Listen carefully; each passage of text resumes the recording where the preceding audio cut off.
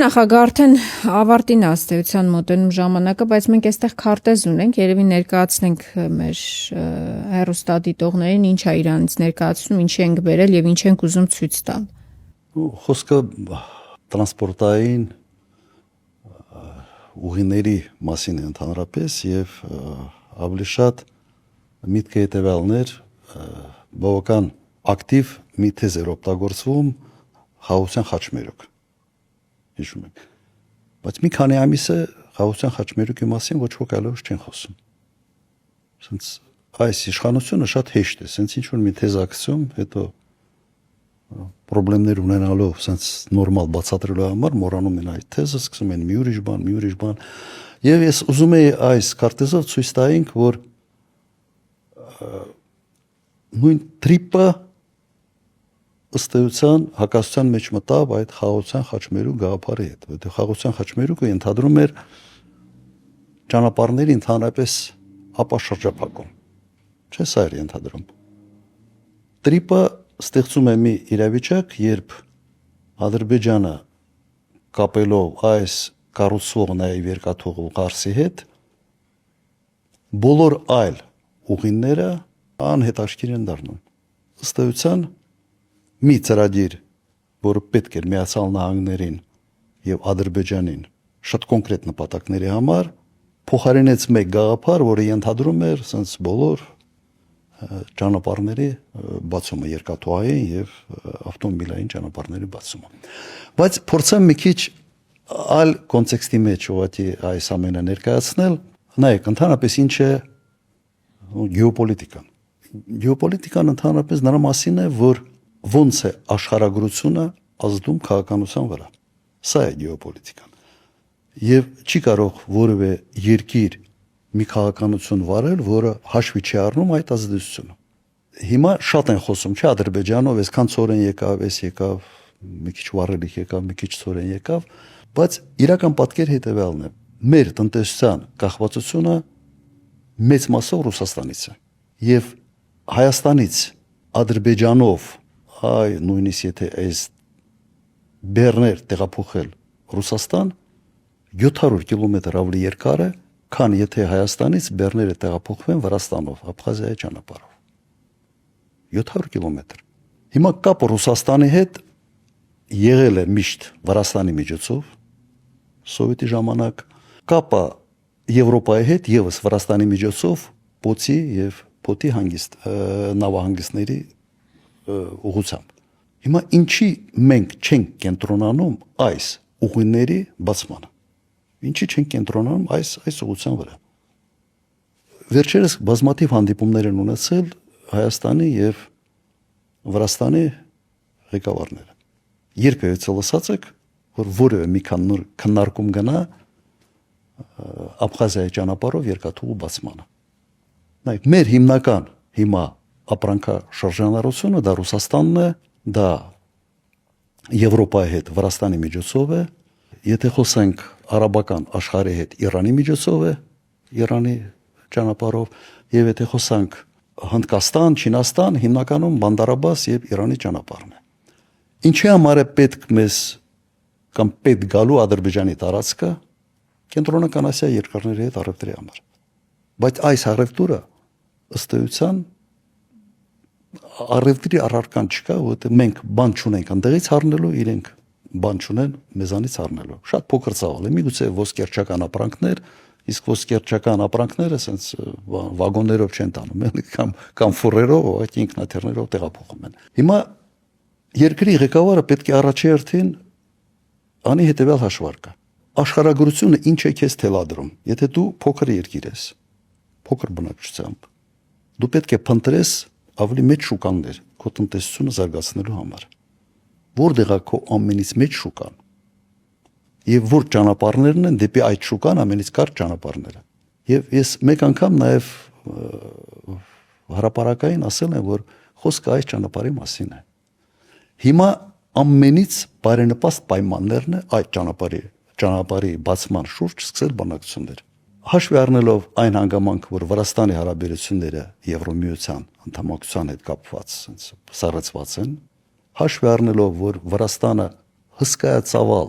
հետաքրքրություն պետք է ունենա Ռուսաստանի հետ երկաթուղային կապ ունենալը, հաշվի առնելով, որ տնտեսապես սա փոխշահավետ է եւ Վրաստանի համար, եւ Ռուսաստանի համար, եւ Աբխազիայի համար։ Եւ չկան քաղաքական մեծ խոչընդոտներ։ Որն է քաղաքական խոչընդոտը հիմնականում։ Վրաստան Աբխազիա հարաբերություններն են։ Սենց իրենցից անջատված տարածք եւ պետք է ընդհանրապես մեկ բան անել։ Տարանջատել տնտեսական ծրագիրը քաղաքական հակասություններից։ Սա այն է, ինչ ես փորձել եմ մեկ անգամ անել 2003 թվականին։ Սեպտեմբեր ամսին հանդիպել եմ Վրաստանի նախագահային ժամանակ Շևարդնաձեի հետ, հանդիպել եմ Յալտայում եւ փորձել եմ համոզել, որ ճիշտ պահն է այդ ճանապարհը բացել։ Ինքը համաձայնվեց, բայց ասաց, եթե կարողանամ համոզել աբխազներին, մենք պատրաստ ենք այդ ճանապարհով գնալ։ Եվ իմ բանը հետևյալն էր, իմ փաստարկները հետևյալն էր, որ տարանջատենք։ Չպետք է այնպես լինի, որ այդ ճանապարհի բացումը նշանակելու է կամ Վրաստանի տարածքային ամբողջականության խախտումը, որովհետև իրենք դա չեն ընկալում եւ աբխազների համար անկախության ճանաչումը հասկացաք, չէ՞, այդ թեմայից ուղղակի հանել։ Երկու կողմն էլ հայտարարություն են անում, որ սա քաղաքական կոնտեքստ չունի եւ նպատակը այս փոխշահավետ տնտեսական համագործակցությունն է։ Բոլորին ձեռ է։ Հիմա նայեք, Վրաստանը Ռուսաստանի հետ երկաթուղային կապ ունի Ադրբեջանով։ Հայ մեծ շրջանցելով գնում են։ Այստեղ ուղիղ։ Եվ ըստ էության մենք հսկայական առավելություն ենք ստանում։ Մենք քաղաքական լծակ մեր վրա չենք ունենում Ադրբեջանի կողմից։ Ված չի թող Ադրբեջանի երկաթուղին եւս աշխատի, բայց մենք այդ մշտական այդ մահակից Ալիևի շնորհակալություն հայտնելուց ազատվում ենք։ Ամեն քայլափոխի։ Մի քանի վագոն ծորենի, մի քանի վագոն վառելիքի համար։ Եվ սրանով այս բային չզբաղվել ուղղակի հանցանք է։ Կամ մարդիկ չեն հասկանում, կամ իրենց ձեռնտու է մշտական կախվածության մեջ պահել Հայաստանի բարեկեցությունը Ադրբեջանի բարի կամքից։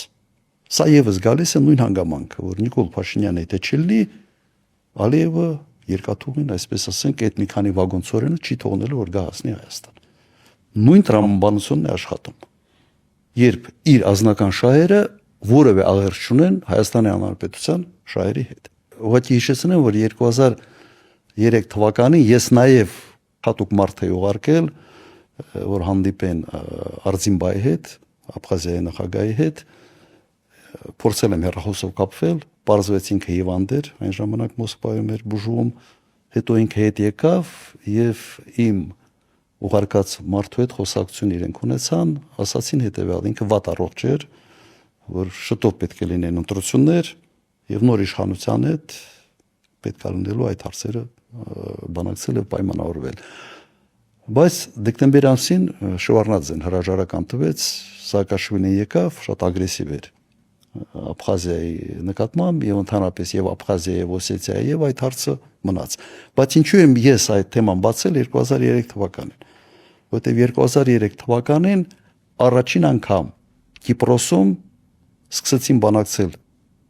Կիպրոսի Հանրապետություն հյուսիսային Կիպրոսի հետ եւ ըստ էության սահմանը սկսեց շնչել։ Green այդ զոնի, green line-ի տարբերակ այն ժամանակ բանակցվեց։ Եվ ես այդ օրինակը բերելով ասացի, որ սա ուղղակի պատուհան է հնարավորության փորձենք այդ օրինակի վրա նաև ստեղ ինչ որ ձևի հարցեր լուծել։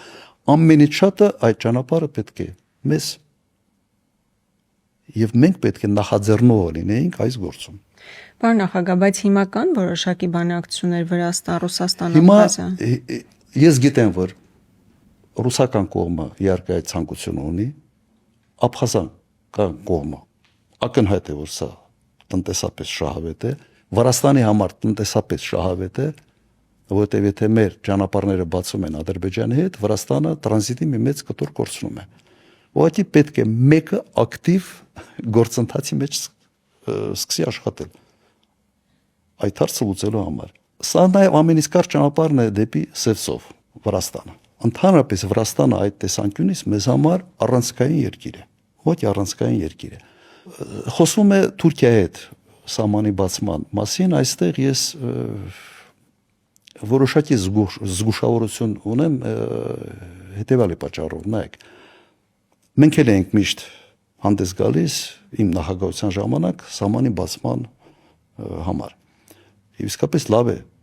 եթե սահմանը բացվի, բայց Հայաստանը պետք է կարողանա պաշտպանել իր գյուղատնտեսությունը։ Արարատյան դաշտավայրի ջերմոցների կեսից ավելը փակվելու են, եթե Հայաստանը ճանապարհները բացելուց հետո չպաշտպանի իր սեփական շուկան։ Մենք այն ժամանակ վստահ էինք, ես վստահ եմ եղել, որ կարող ենք պաշտպանել մեր շուկա տարիֆներով, տարբեր տնտեսական մեխանիզմներով։ Թուրքիայում սուբսիդիաների թիվը շատ ավելի մեծ է, քան Հայաստանում եւ տվյալ դեպքում մրցելը դժվար է լինելու։ Բայց արդյոք Հայաստանի վարչապետը ի վիճակի է պաշտպանել հայկական շուկան թուրքական ապրանքներից։ Ես երբ որ նայում եմ այդ պատկերին, երբ Էրդողանի գիրքը Նիկոլի Փաշինյանի թևի տակ ոնց որ աստվածաշունչ պահի իր թևի տակ, հնարավոր չի, որ իրենք որևէ կերպ ի վիճակի լինեն պաշտպանել մեր շուկան։ Ինչ ասին Թուրքիայից համաձայնվելու են, անկասկած։ Եվ սա ուղղակի խփելու է մեր արարատյան դաշտավայրի ժողովրդի բարեկեցության վրա։ Տարբերությունը մեր Հայաստանի եւ Ռուսաստանի տնտեսության մեջ հետևյալն է. մեր տնտեսությունները փոխլարացնում են իրար, մրցակցային չեն։ Հայաստանի ու Թուրքիայի գյուղատնտեսությունները մրցակցային գյուղատնտեսություն են։ Նույն բանջարեղենը, նույն մրգերը։ Մենք մրցակցային ենք, մենք չենք փոխլարացնում իրար։ Իդեպ մենք մրցակցային ենք նաև Ադրբեջանի գյուղատնտեսության հետ։ Այնինչ մենք ենք այստեղ արտադրում, նույն արտադրում է Ադրբեջանը։ Ոչ իրենք կարան բերեն ստեղ ինչ որ բան ծախել, ոչ մենք։ Իրենք միգուցե կարող են ավելի էժան ծախել մեկ պատճառով, իրենց մոտ էլեկտրոէներգիան ավելի էժան է եւ վառելիքը ավելի էժան է, քան Հայաստանում։ Հետևաբար մենք պետք է նաև այդ քաղաքական ռեսուրսը ունենանք սեփական շուկան պաշտպանելու համար։ Իսկ սեփական շուկան պաշտպանելը սա նշանակում է սեփական ժողովրդի բարեկեցությունը պաշտպանել։ Այդ քաղաքական ռեսուրսը մեր կառավարությունը ունի, չեմ կարծում թե ունի։ Ես չեմ տեսնում որ ունի, որովհետև ոչ միտեղ որևէ դիմադրություն չկա։ Այ մոտավորապես պատկերը սա է եւ այս տեսանկյունից մեր ծրագրերում է լինելու, նաև իմ ազնական ծրագրում է լինելու անել ամեն ինչ, որ այս տարբերակը ինչի մասին ես պատմեցի, ոչ կյանքի կոչ։ Եվ հողի վրա ռեալ իրականացվող ծրագիր է։ Հա, շատ ռեալ ծրագիր է եւ հիմա այդ հնարավորության պատուհանն է բացել։ Եվ այդ հնարավորության պատուհանը չօգտագործել պրոբլեմ։ 2003 թվին նման պատուհան բացվել էր, ես համեմատեցի Կիպրոսում այն ժամանակ դա սկսվեց process-ը, բայց հետո փակվեց։ Հետո Սաակաշվիլի պատերազմ արկախվեց։ Իշխանապողության պատճառով հիմա այդ պատուհանը եւս մեզ համար բացվել է։ Կարող է 2 տարի հետո այդ պատուհանը փակվի, բայց հիմա պետք է սա օգտագործել։ Ճանապարհները մի հատկություն ունեն, երբ բացվում են, հետո դժվար է փակել։ Երբ փակվում է, դժվար է բացել։ Հա, սա կանոն է բոլոր տեսնում։ Բայց սրանք ակնհայտորեն հասցրել են նաև Վրաստանի հետ հարաբերությունները վատացնել։ Գիտեք պատճառը։ Ըստ տարբեր տեղեկությունների։ Գիտեք պատճառը վատացնելու։ Որտեղ ամբողջ այդ սորոսական դաշտը որոշ օրենքներ ընդունելուց հետո Վրաստանում սահմանափակող ֆինանսավորումը տեղափոխվեց մեխանիզմները ֆինանսավորման տեղափոխվեցին Հայաստան եւ Վրաստանի ինչքան ես գիտեմ Վրաստանը բավական ցավոտ էր դատանում որովհետեւ ակնհայտ մենք տեսնում ենք թե ինչ կարգի ներազդեցություն են փորձում ունենալ արևմուտքից Վրաստանի վրա առաջերտին այն պատճառով որ վրացիք փորձեցին ավելի անկախ քաղաքականություն վարել եւ հրաժարվեցին գործիք դառնալ աշխարհակահաղական նպատակներ իրականացնելու համար սա է պատճառը։ Կարծում եմ լավ էր, որ մենք նաև Այո. ժողովրդին կարողացանք ներկայացնել ապաշրջափակման մեր պատկերացումների առնվազն մի կոմպոնենտը, որը բավական իրատեսական է եւ նաև մեր շահերից ամբողջությամբ բխող։ Այս առումով եմ որ հարցում են, բա ինչա լինելու, կարա լինի այս ապաշրջափակման այս կոմպոնենտը։ Մարդիկ հնարավորություն են ունենալու գնացքով գնալ Ռուսաստան գալ։ Ռուսաստանում մոտարապես այնքան հայ կա հիմա, ինչքան Հայաստանում։ Եվ այդ կապերը ուղղակի աշխատող կապեր են։ Եվ այդ կապերը կան անկախ նրանից, թե ով է իշխանության Հայաստանում։ Եվ եթե Հայաստանի իշխանությունը չի գնահատում այդ կապերի նշանակությունը Հայաստանի տնտեսական զարգացման համար, ուղղակի բան չի հասկանում։ Ռուսաստանում կենսամակարդակը մոտ 2.5 անգամ ավելի բարձր է, քան Հայաստանում։ Սա փաստ է, սա վիճակագրությունն է։ Եվ սովորաբար հայերը բարեկամական կապերը սիրում են, պահում են եւ բարեկամները օգնում են իրար եւ սովորաբար ավելի լավ ապրող բարեկամը օգնում է ավելի վատ ապրող բարեկամին։ Հիմա շատ կոնկրետ թվեր 2.5 անգամ։ Մոսկվայում մոտ 4 անգամ բարեկեցության մակարդակը ավելի բարձր է քան Հայաստանում։ Եվ այնտեղից է գալիս օգնությունը դեպի Հայաստան, տրանսֆերների միջոցով, բացի դրան տնտեսական կապեր, նաև ընտանեկան կապեր ունեն այդ տնտեսական կապի կոմպոնենտը։ Եվ սա այն ուղղություն է, որը ուղղակի պետք է յուրաքանչյուր ընտանիքի համար, իրենց բարեկեցության համար, sense քաղաքական կոմպոնենտ ուղղակի մի կողմ դնենք։ Մեծ շուկա եւ այդ շուկայում մեծ հնարավորություններ։ Սա առաջին հանգամանքը եւ երկրորդը այդ շուկան եւ մեր շուկան այդ կրկնեմ այդ միտքը մրցակցային շուկա չի, այլ փոխլարացնող շուկա է, հատկապես մեր գյուղատնտեսության համար։ Այս հանգամանքը չօգտագործել ուղղակի անցանք է։